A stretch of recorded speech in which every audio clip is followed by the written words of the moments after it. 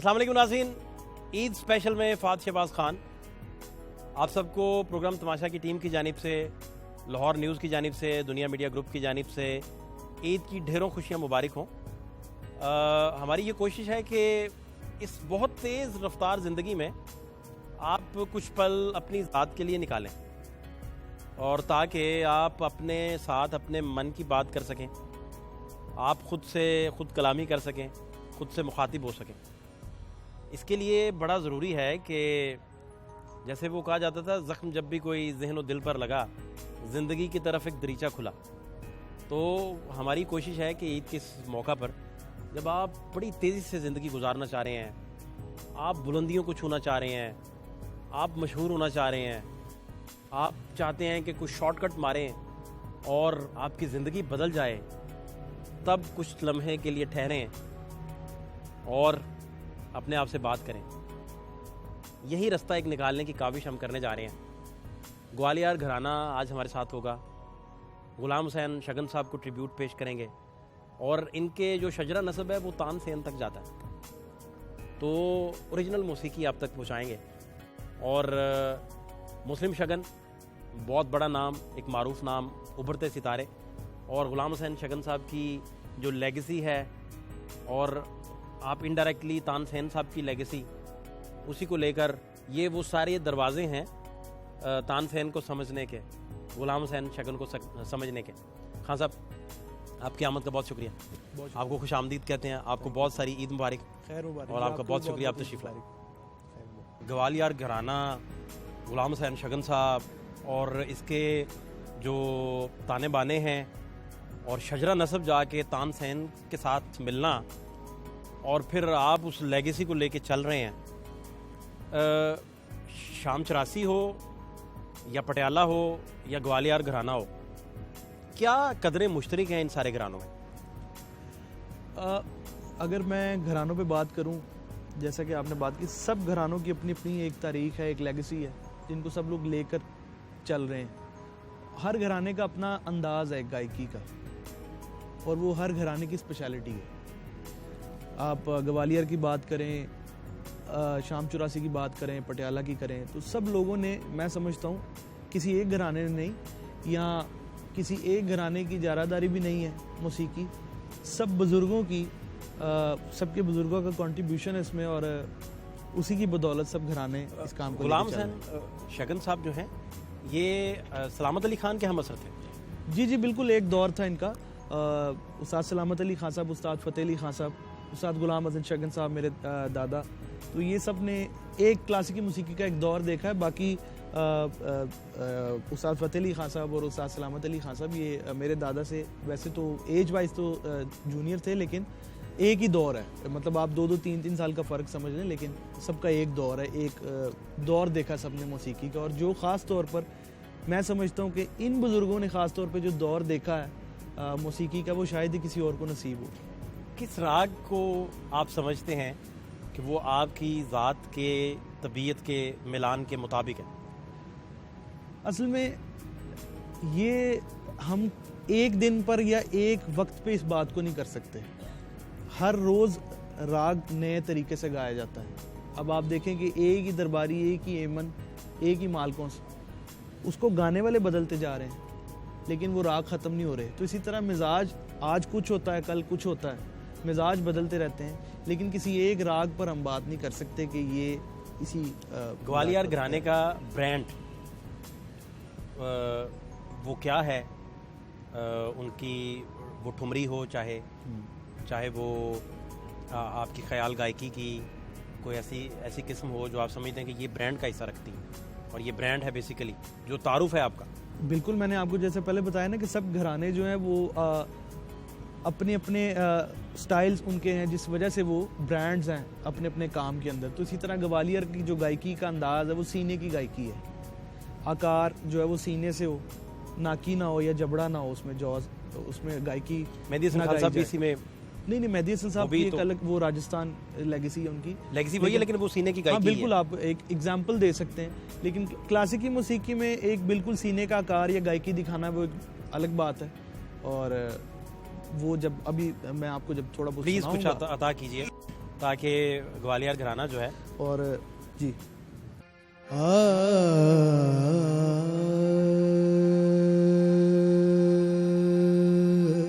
भाई वाह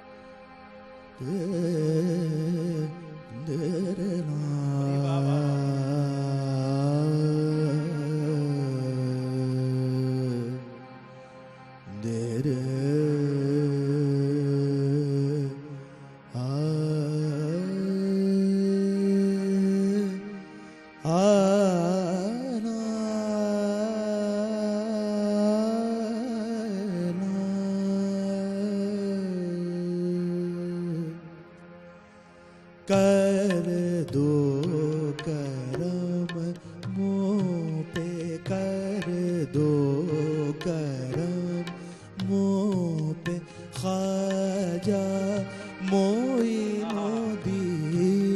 ख्वाजा मोइनुद्दीन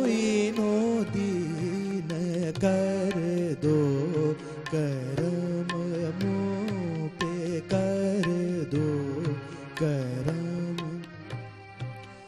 कर दो करम कर दो करम मोह कर दो करम मुँह पे कर दो करम कर दो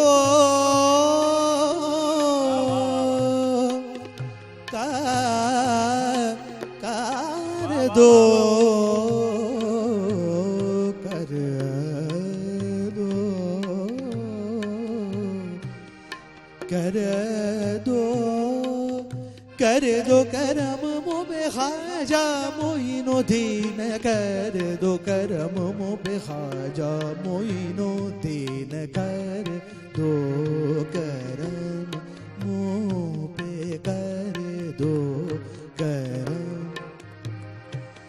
ख्वाजा पिया तुम हिंदल वली हो ख्वाजा पिया तुम हिंदल वली हो हसन हुसैन के दिल की कली हो तुम राहू तुम ही लाज मोइनुद्दीन कर दो करम मुँह पे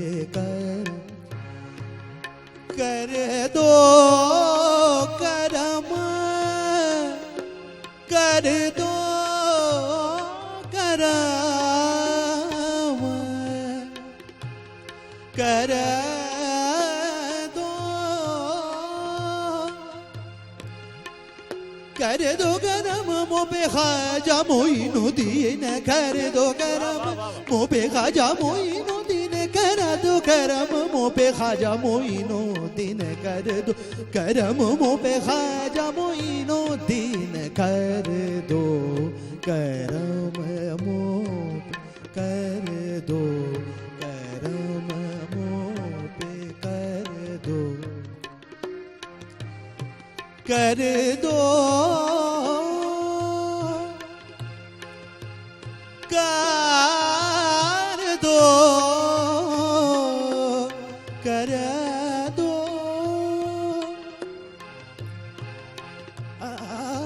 वाह वाह वाह वाह तान का दर्जा अब ग्वालियर का जो मैं अंदाज है वो पेश कर रहा हूँ कर दो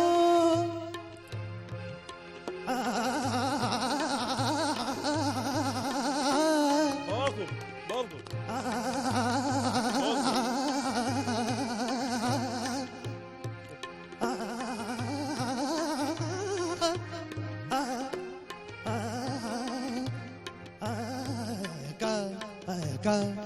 कर दो करम मुँह पे कर दो करम मुँह कर दो करम कर दो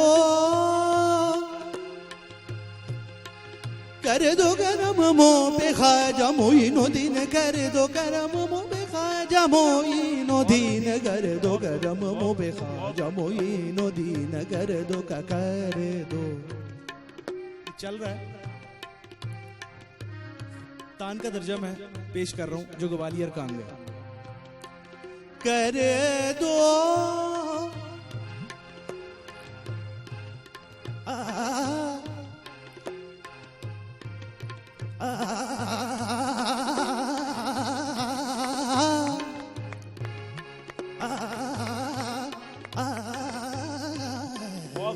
कर दो करम मो कर दो करम मो बे ख्वाजा मोइनुद्दीन कर दो करम मो बे ख्वाजा मोइनुद्दीन कर दो करम मो पे ख्वाजा मोइनुद्दीन कर दो करम मो कर दो करम। भाई वाह वाह, शुक्रिया, क्या बात है खान साहब। मैं आपसे ये जानना चाह रहा हूँ कि ये कितनी रियाजत आपको करना पड़ती है? रियाजत तो फुल टाइम है, इसमें माफ़ी नहीं है कोई भी किसी किस्म की। मतलब क्लासिकल म्यूज़िक एक वाहिद ऐसा आर्ट है, वाहिद तो नहीं मैं कह सकता, हर आर्ट अपनी जगह प्रैक्टिस वो मांगता है। मैं अगर वाहिद कहूँ तो वो फिर गलत बात हो जाएगी पूरे आर्ट के हवाले से। किसी भी आर्ट, किसी भी चीज़ में जब तक आपकी प्रैक्टिस नहीं है और प्रैक्टिस कर लेने के बाद आप समझ लें कि आप कंप्लीट है, तो ये भी बहुत बड़ी गलतफहमी है। आप जब नहीं करते तब पीछे की तरफ चले आते हैं। इवन आपकी अपनी जब रिवीजन नहीं होती तो आप उन्हीं वही चीज़ें जो आपकी डेली प्रैक्टिस में होती है वो आपको मुश्किल लगने लग जाती है। तो प्रैक्टिस की तो माफ़ी नहीं है। आज के दौर में डिजिटल दौर भी है और कंप्यूटराइज्ड गाने बन रहे हैं। जी हाँ, बिल्कुल फैब्रिकेटेड सा सारा माल बन रहा है, बिल्कुल। और वो लोग तो शोहरत की बुलंदियों पे पहुंचे हुए हैं सारे। बिल्कुल ऐसे ही। तो चले, शोहरत तो एक टॉपिक ही अलहदा हो गया, लेकिन इस सारे मामले में ख्याल गायकी, इससे जुड़े हुए लोग, इसकी लेगेसी लेके चलने वाले लोग, वो क्या फिर सोचते हैं? असल में ये दो बातें हो गई। एक तो पहले मैं आता हूँ कि जो सोशल मीडिया का दौर है या जो टेक्निकलिटीज़ अब यूज़ हो रही हैं म्यूज़िक में, अब तो ये है कि आप बिल्कुल आकार कह दें, उसमें कोई भी कमी पेशी हो, वो मशीन ने उठा के सीधा कर दिया। लेकिन जब आप करने वालों को भी वो चीज़ सुनाएंगे तो वो भी जान लेंगे गलती निकलाएगी कि ये Perfection मशीन से परफेक्शन इसकी हुई है, हाँ। या उस तरह से हुई है। एक यानी तो कि बात, आप जब घर बैठ के सॉन्ग सुनते हैं जो आजकल के हैं, बिल्कुल। नाम लिए बगैर, हाँ, तो आपको पता चल जाता है कि मशीन ने कहाँ छेड़छाड़ की है। बिल्कुल हमें पता चल जाता है कि सॉफ्टवेयर ट्यूनर यूज़ कहाँ हुआ है। बिल्कुल। उसकी फिर वजह ये है कि प्रैक्टिस ये चीज़ आपको बताती है। अगर प्रैक्टिस ही ना हो, इल्म ही ना हो उस बात के बारे में, तो आप कुछ भी सुन के कहेंगे ठीक है, जैसा कि आजकल हो रहा है। तो अपना गज़ल गायकी में कौन से फेवरेट्स हैं आपके? गज़ल गायकी में बहुत लोगों ने थोड़ा नीम क्लासिकल कर लें ख्याल गायकी से। जी, अब जी, जैसे बिल्कुल। अपना मेहदी हसन खान साहब ने गज़ल आसान कर दी थोड़ी, बिल्कुल लोगों तक पहुंचा दी। बिल्कुल खुद वो कहते हैं, फरमाते हैं कि मेरा चैन, मेरे दिल को भी करार मिला, सुनने वाले को भी करार मिला। बिल्कुल बिल्कुल। असल में क्लासिकल म्यूज़िक जो है ये एक डिफरेंट फील्ड है। गज़ल गायकी बिल्कुल डिफरेंट फील्ड है। मौसीकी से सब चीज़ें जुड़ी हुई हैं। क्लासिकी मौसीकी समझ लें कि आप ट्री है और बाकी ये सब चीज़ें उसकी शाखें हैं।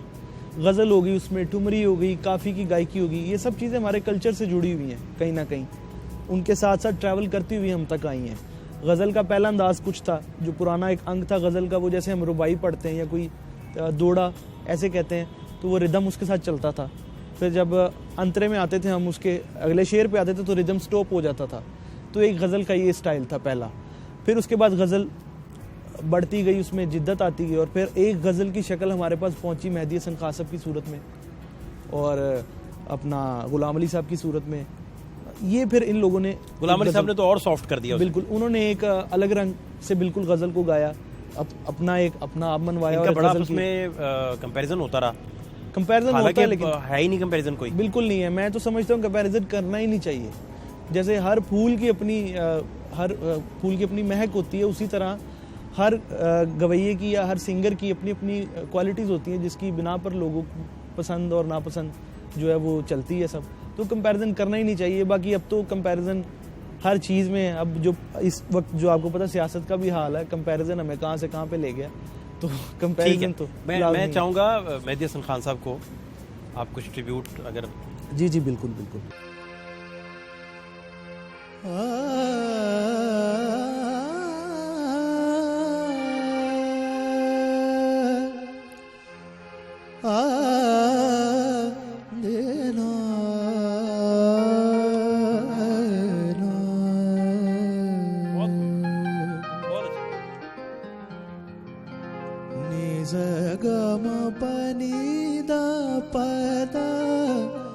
मबद निसा पद म पग मरे निसा। जिंदगी में तो सभी प्यार किया करते, जिंदगी में तो सभी प्यार किया करते हैं। मैं तो मर कर भी मेरी जान तुझे चाहूँगा। जिंदगी में तो सभी प्यार किया करते हैं।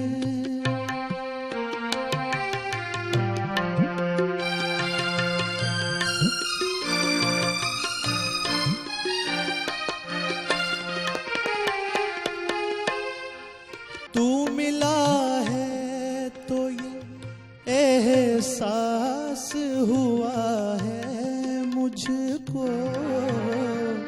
तू मिला है, तू मिला है तो ये एहसास हुआ है मुझको। ये मेरी उम्र मोहब्बत के लिए थोड़ी है, एक जरा सा गमे दौरान सा भी हक है जिस पर। एक जरा जिंदगी में तो सभी प्यार किया करते हैं।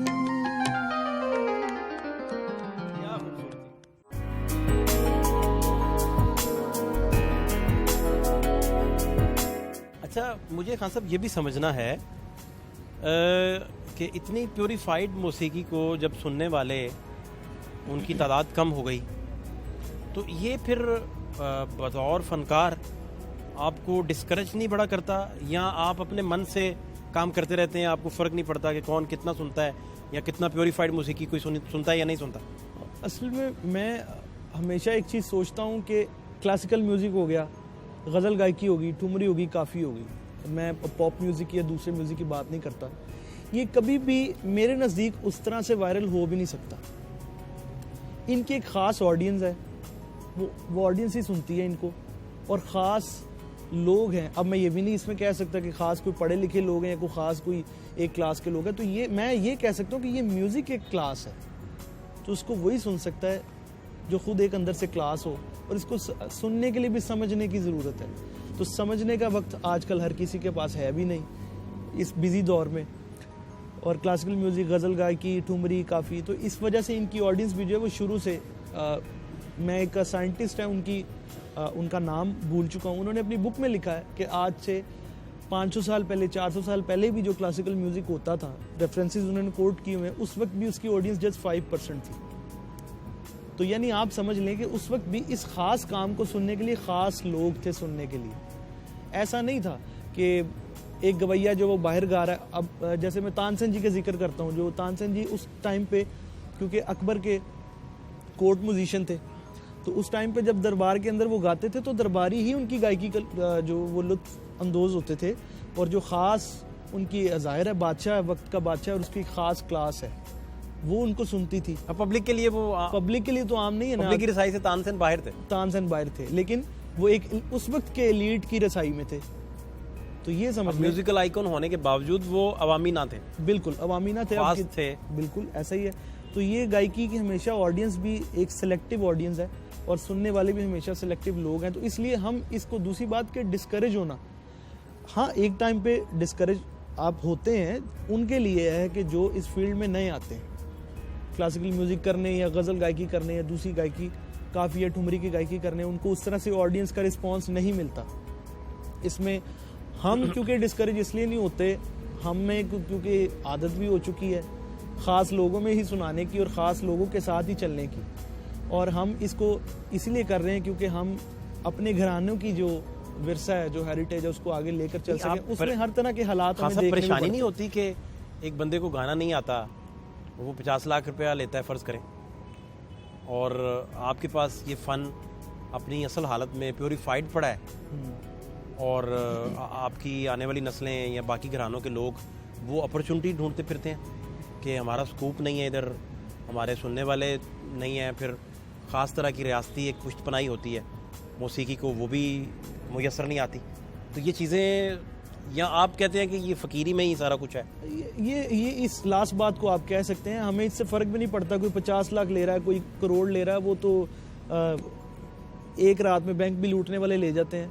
तो ये जो तो ये जो काम है, इसमें इसलिए तसल्ली है क्योंकि ये लॉन्ग टर्म है। जब उसके बाद एक रिस्पांस आता है, उस जैसा रिस्पांस कोई नहीं है। जब आप देखें किसी भी चीज़ में ज़िंदगी के 40-50 साल के एक्सपीरियंस के बाद जब कोई बात करते हैं तो उस बात का वजन कुछ और मेहदी होता हसन खान साहब ने 45 इयर्स रियाजत की है। बिल्कुल ऐसा है, हर आर्टिस्ट ने, जो हमारे जो क्लासिकल म्यूजिक के आर्टिस्ट उसके बाद कोई नाम बनना आहिस्ता आहिस्ता, उस्ताद सलामत अली खान साहब, उस्ताद फ़तेह अली खान साहब, मेरे दादा उस्ताद गुलाम हसन शगन साहब, रोशन आरा बेगम जी, ये एक दौर था क्लासिकल म्यूज़िक का पाकिस्तान में। और वो दौर, अच्छा, हम लोग आज भी लोगों को क्यों सुन रहे हैं, क्योंकि वो उनकी अभी भी आप 70 ईयर्स की रिकॉर्डिंग निकाल के सुन लें, आप 75 ईयर्स में उनका गाना सुने, आप मुतासिर होंगे। जवानी का उन लोगों का गाना सुने, आप फिर भी मुतासिर होंगे। तो ये जो दौर है 50 लाख वाला, 20 लाख वाला, ये 5-7 साल का दौर है।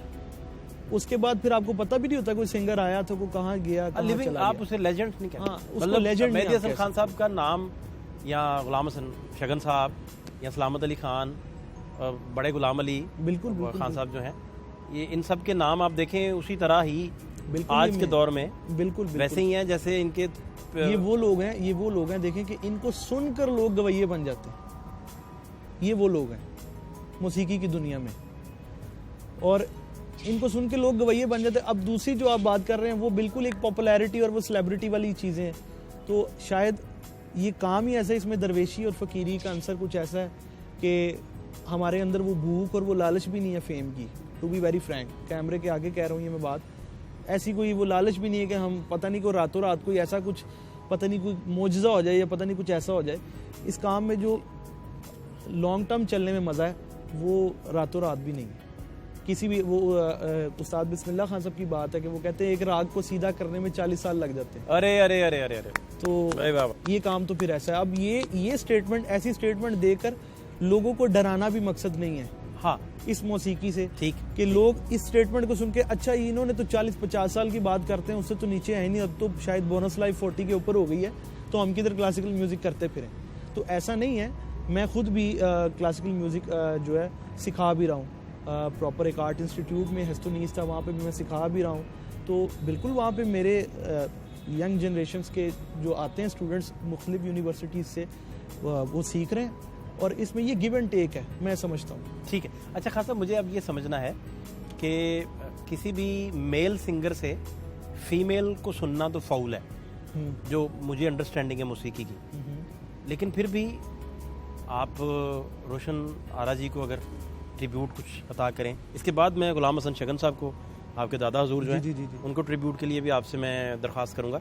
मैं चाहूँगा कि उनको बिल्कुल, मैं अभी हम लास्ट पर एक क्लासिकल म्यूज़िक पर एंड करेंगे, क्योंकि रोशन आरा बेगम जी भी क्लासिकल, ज़ाहिर है वो भी क्लासिकल मौसीकी गाती थी, बाकी भी सब, इनमें सभी बुज़ुर्गों को लास्ट पे हम एक वो ट्रिब्यूट देंगे क्लासिकल म्यूज़िक की सूरत में। ठीक हो गया।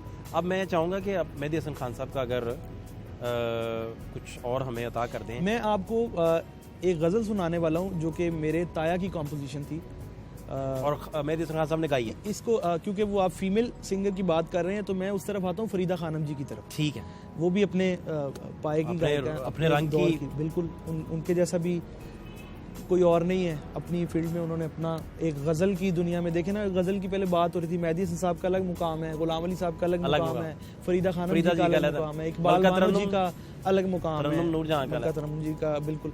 तो ये अलग अलग यूनिवर्सिटीज़ हैं पूरी। तो मैं इसके पीछे आपको एक बड़ी खूबसूरत सी बात बताता हूँ कि फरीदा खानम जी कुछ सालों से पीटीवी में काम नहीं कर रही थी। कुछ सालों से उन्होंने वो काम छोड़ा हुआ था किसी वजह से। तो फिर उन्होंने ताया को कहा, जो प्रोड्यूसर थे, उन्होंने कहा कि जी आप कोई चीज़ कंपोज करें तो इसको जाकर आप मैडम जी से बात कर लें, मे भी वो मान जाएं या कर लें।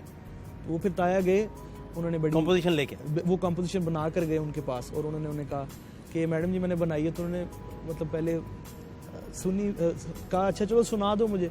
तो जब उन्होंने सुनाई तो फरीदा खानम जी के ये कमेंट्स थे उनके बारे में कि कादर अली शगन साहब, उस्ताद कादर अली शगन साहब मेरे दादा के बाद मुझे उन्होंने प्रॉपर गाइड किया। अभी रिसेंट उनकी डेथ हुई 16 अक्टूबर को। तो वो लेकर गए उनके पास गज़ल कंपोज करके, उन्होंने सुनी तो फरीदा खानम जी ने ये कहा कि कादर मुझे इस तरह लगता है कि तुमने मुझे ही सुना है इस गज़ल को बनाने से पहले। अच्छा। ये तो सारा मेरा अंग है इस गज़ल में। तो वो मैं वाह। ऐसी चीज़ें भी रोज़ तो नहीं सुनाई जाती। तो इसी आपके प्रोग्राम के इसी ज़रिए से मैं आपके साथ वो कंपोजिशन भी शेयर करना चाहूँगा। प्लीज। मोमिन खान मोमिन का वो कलाम है। वाह।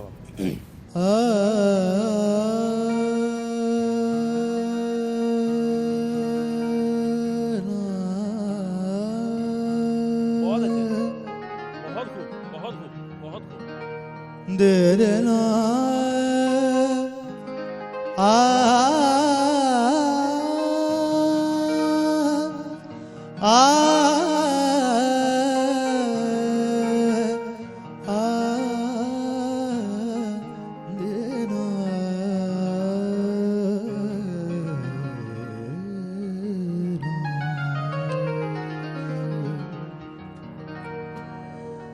असर उसको जरा नहीं होता, असर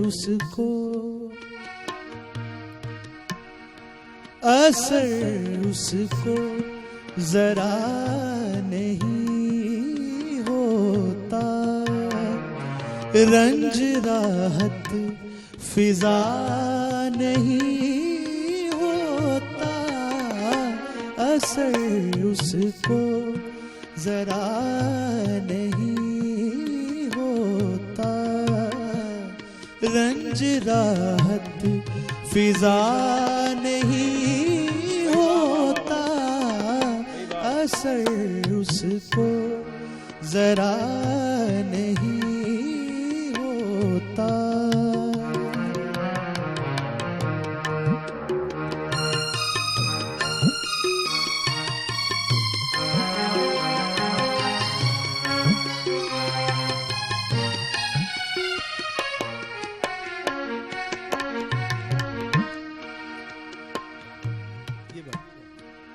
तुम हमारे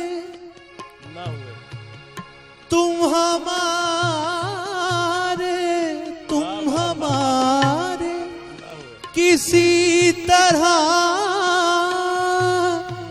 ना हुए,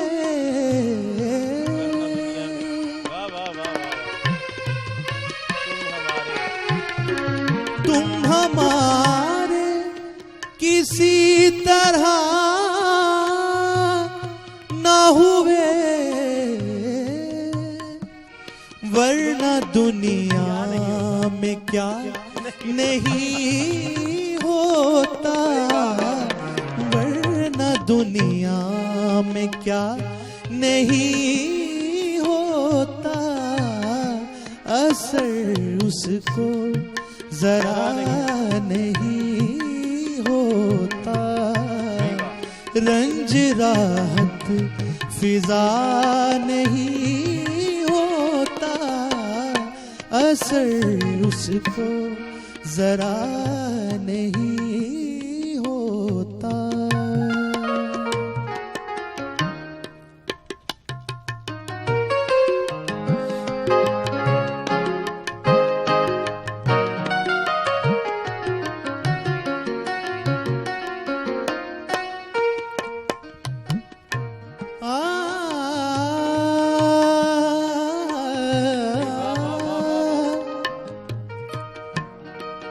हाल दिल यार को, हाल दिल, हाल दिल, हाल दिल, बहुत अच्छे भाई, बहुत अच्छे, बहुत good, बहुत हाल दिल यार को लिखूं क्यों कर, हाल दिल यार को लिखूं, हाल दिल यार को लिखूं क्यों कर, हाथ दिल से जुदा नहीं होता, हाथ दिल से जुदा नहीं होता, असर उसको जरा नहीं होता, रंज राहत फिजा नहीं होता, असर उसको जरा नहीं होता। तुम मेरे पास होते हो गोया। वाह वाह, ये जो शेर था, ये लास्ट ये ना पूरा किया तो फिर गजल ही नहीं पूरी गजल होगी। पूरी नहीं होती। इस एक शेर पे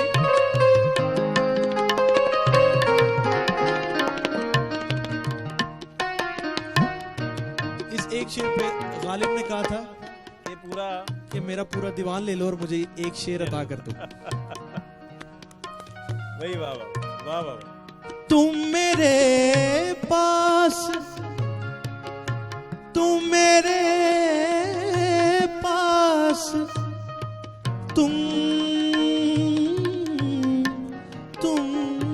वाह वाह वाह वाह वाह, खासा वाह, बहुत खूब, बहुत खूब। तुम मेरे पास होते हो गोया, अरे वाह, अरे वाह, अरे वाह। तुम मेरे पास होते हो गोया,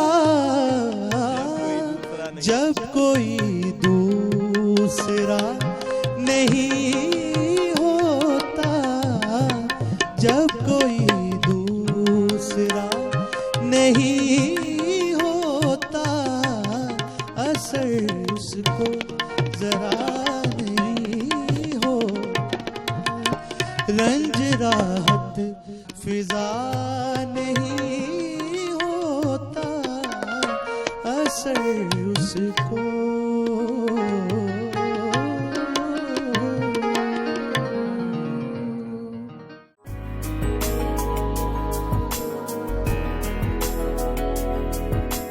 खान साहब, इसमें फिर आपने सिलसिला छेड़ दिया है तो मलका तरन्नुम नूरजहां साहिबा, फिर उनका जिक्र ना हो पाए बिल्कुल बिल्कुल बिल्कुल। तो कुछ अता कीजिए मलका जी का। जी बिल्कुल। कौन सा फेवरेट तरीन आपको उनकी गज़ल कौन सी लगती है जो आप अक्सर सुनते भी रहते हो? आप असल में उन हस्तियों के आज नाम ले रहे हैं जिनको वो कहते हैं ना समुंदर कूजे में बंद करना, वो वाला काम है। तो किसी भी एक हस्ती का मैं कोई भी एक ऐसी चीज़ नहीं कह सकता कि सभी फेवरेट है। मैंने पहले कहा कि जिन जिन हस्तियों के आप नाम ले रहे हैं सभी अपने अपने काम में पूरी यूनिवर्सिटीज़ हैं, तो हम उनको एज ए ट्रिब्यूट समझ लें या उनकी काम में से थोड़ा थोड़ा कुछ उनका जूठा उठाया हुआ गा कर, अरे वाह वाह वाह, और हम थोड़ा थोड़ा सा उनकी यादों को ताज़ा क्या कर ले, तो खूबसूरत मेरे बात। लिए इतने ही कहना काफ़ी है। क्या किसी खूबसूरत एक बात। चीज़ को तो मैं नहीं कह सकता। क्या खूबसूरत, क्या अता करेंगे मलका तरन्नुम जी का? मैं बिल्कुल आपको मलका तरन्नुम जी का एक समझ लें नज़म ही है, लोग तो उसको गज़ल भी कहते हैं लेकिन नज़म है, वो सुनाने की कोशिश करूँगा। मुझसे पहली सी मोहब्बत। हाँ फैज साहब, बिल्कुल।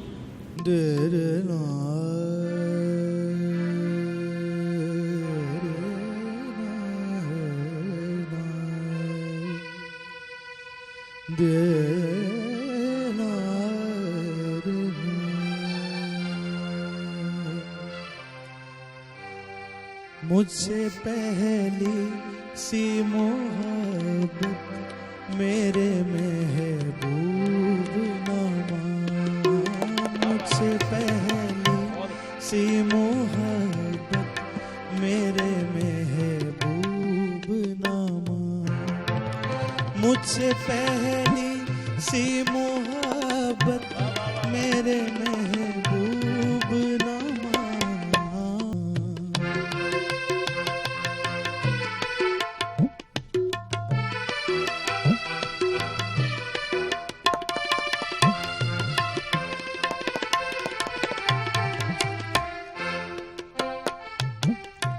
मैंने समझा था कि और इसमें रोशन आरा बेगम साहिबा को और गुलाम हसन शगन साहब को आप कोई इकट्ठा ही ट्रिब्यूट।